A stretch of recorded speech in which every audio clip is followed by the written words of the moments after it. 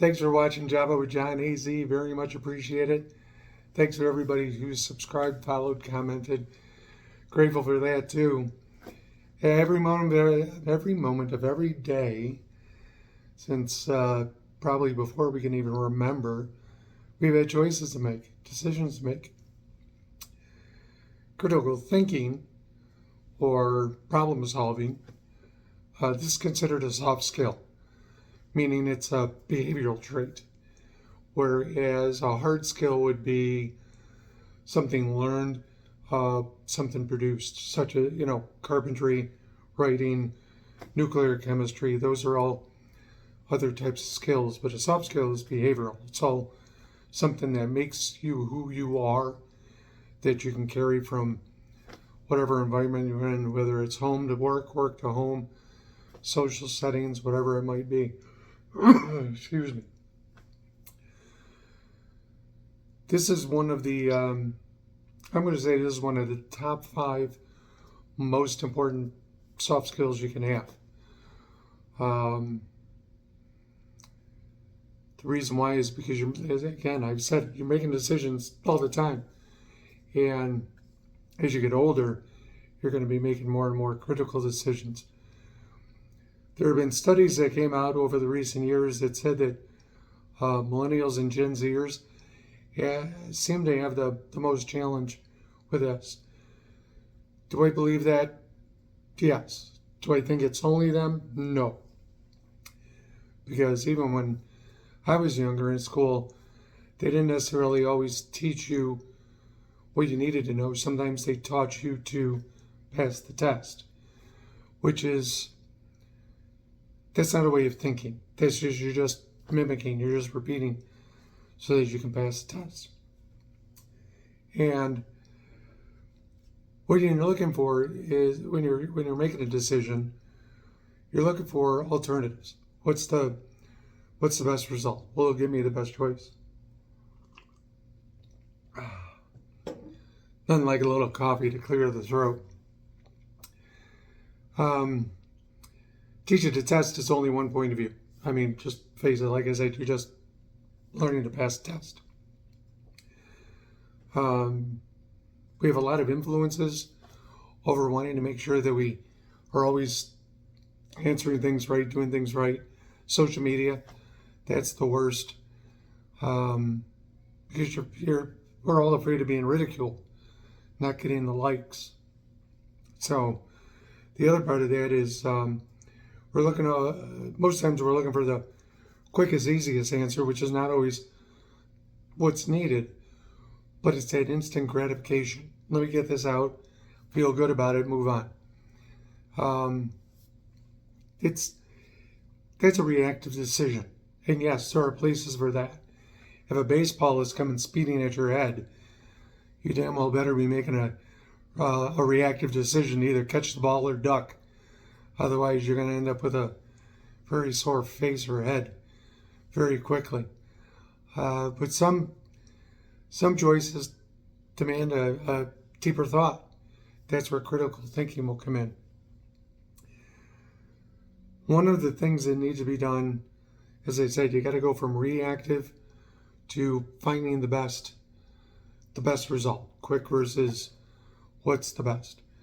So that's sort of like changing your mindset. Yes, with most things, if you're trying to get out of a habit, out of a routine. What I've always done, or what I've always learned or taught myself, whatever, is that when you make a decision, before implementing, what's the next step? If then. Programmers get that reference. There's a lot of what if scenarios that could be done. My cup of coffee. What's the next step after I pour it in? Do I put in sugar or sweetener? Milk or flavored creamer? Skim milk, no milk? Do I skip it all together and get something else? Basic decisions. Do I brush my teeth? Yes or no? Do I follow this career path? That one. Do I open up a bank account here? Do I open a bank account there? So you need to look deeper, looking for those answers. And there's going to be a whole lot of people who have opinions. I mean, you're gonna hear a lot of opinions. You're going to be told a lot of things by people you interact with. But as you know, Gibbs rule number 3 says, never believe what you're told. Dig deeper. So that's what you have to do in a lot of cases when you're making a decision, especially a significant one. I guess the first thing, what I should have told you in the beginning, is you got to know what you want to accomplish, where you want to go, or what the problem is you're trying to solve. If you're trying to solve a problem, or trying to figure out where to get to, the 5 whys. Keep asking yourself, why? Why am I pouring coffee? Why do I want sugar? Why am I choosing this career path? Why do I want to go to this school? By the time you hit the 5th why, you'll know the core, if not sooner. And look that up online. There's a whole better explanation of that than what I'm giving you right now, because rule 3, don't believe what you're told, dig deeper. One of the great things, by the way, the next steps, I actually sort of learned that a little bit from my dad. He's the one who taught me how to play chess. So in chess, Sudoku, crossword puzzles, checkers, some video games, there's always what's the next step. Fortnite, if I go to there, what's the next step? Am I going to find the chest I want? If I'm going to go to this school, what's the next step? If I choose this job, what will that bring next? What do I need to know? So always ask yourself what that next step is, because you're trying to find that best answer. Understanding how you think helps too. Like I said, for me, it's what's the next step? I've been doing that for a very long time.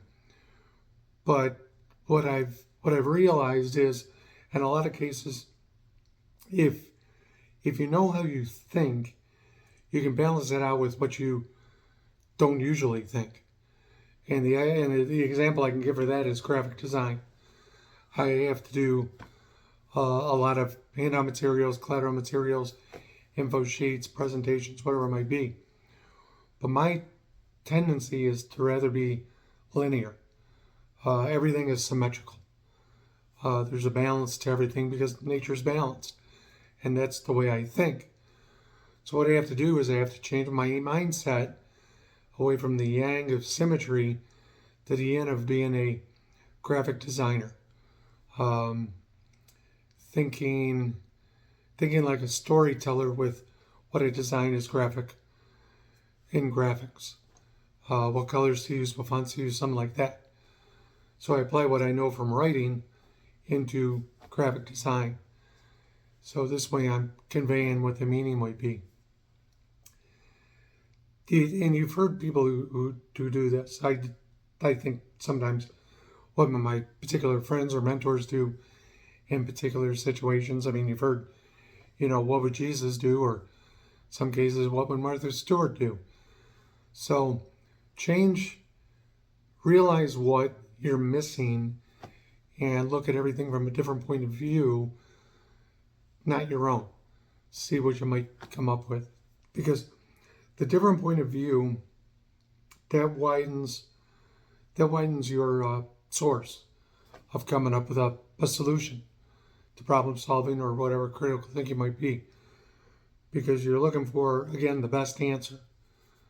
Whether that answer comes quick or takes a little longer, that's okay. As long as you get what you believe at the time, based on what you've absorbed, is the best answer.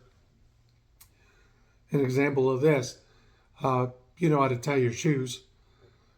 Shoelace bow, granny knot, same thing, depending on how old you are, by either or both names. But did you know there's like over 200 different ways to tie a knot? From everything from a bow tie to tying down a giant cargo ship.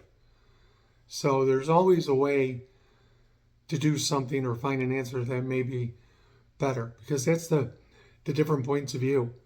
One might work better than the other. A combination of them might work better.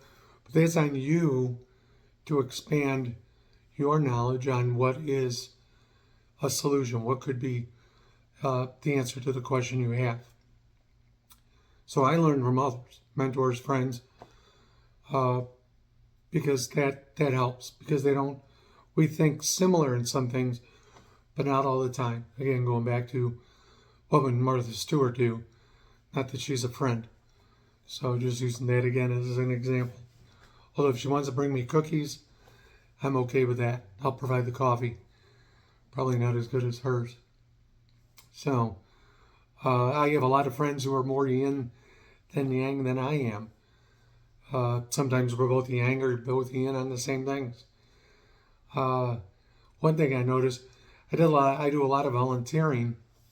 I've done that for years, and that has widened my knowledge base, because whether it was for a community group, business association, charity, or other nonprofit, there was always somebody who was doing something different, new challenges to figure out how to do something that would help me improve my critical thinking. Because when you're exposed to different ideas, different points of view, challenges to overcome, again, it's like flexing a muscle. You're using it so you get better. Mechanics will know the more tools you have in the toolbox, the more chances you have to fix an engine or whatever needs to be repaired pretty quickly and correctly. So there is a scary part, and that's you might be wrong. If so, you learn from it, fix it if you can, and keep going. Find your next step, get to the next step, reevaluate whatever that might be. I mentioned social media earlier about all the grievers and haters on there who will nitpick or pick on you or whatever. Whether it's somebody like that online or somebody in your real life, they don't need to be there. Find people who are willing to help you. Find people that you like, that you are willing to help as well. So be with them. Keep the haters and grievers out of your life. Start with knowing what the problem is or what your objective will be. And then look for the best result. It's okay to ask for help. It's okay to do your own research. Mentors, friends, family, whoever it might be can help you out. And again, everything I've just said, whether it's playing games, working with others, volunteering, whatever it might be, you have the opportunity to improve your critical thinking as you go along, because the more challenges you have, the more decisions you have to make that are not in your typical world, the better it will be. Your home life will be better, your life will be better, work will be better. It's a good trait for managers or leaders, no matter where you are, whether a leader of a household, a class, or a business. So, hope this helps. I am going to finish up my delicious cup of coffee. Appreciate you watching. Hope you have a great day, great week, and a great year.